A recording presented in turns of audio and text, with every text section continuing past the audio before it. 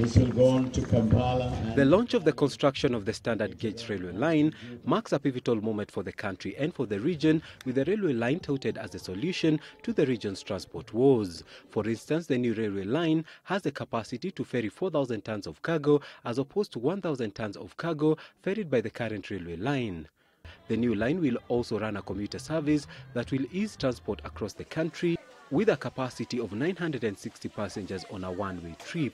The rail is said to be run on diesel-powered engines with speeds of between 120 kilometers per hour and 80 kilometers per hour for passengers and cargo respectively.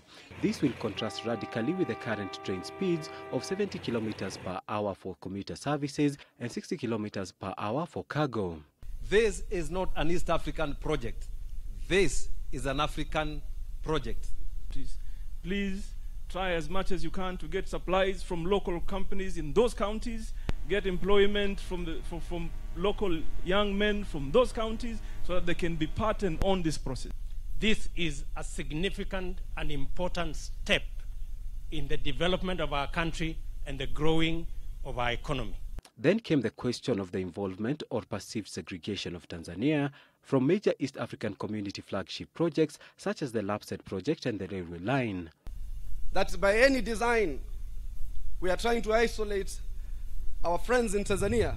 Mr. President, I humbly appeal to you that let's carry our brothers on board because we are connected to them by blood and by historical reality. We are uniting East Africa. We have an mission and an intention of integrating the entire East African region, and our commitment as a government is the ultimate federation of our region.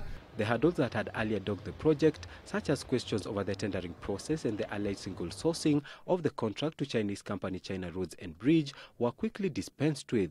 Mimi ni mmoja wa wale tuliokwenda nchi ya Uchina kuangalia capacity ya CRBC kama inaweza kutengeza reli hino tunaoilaunch leo.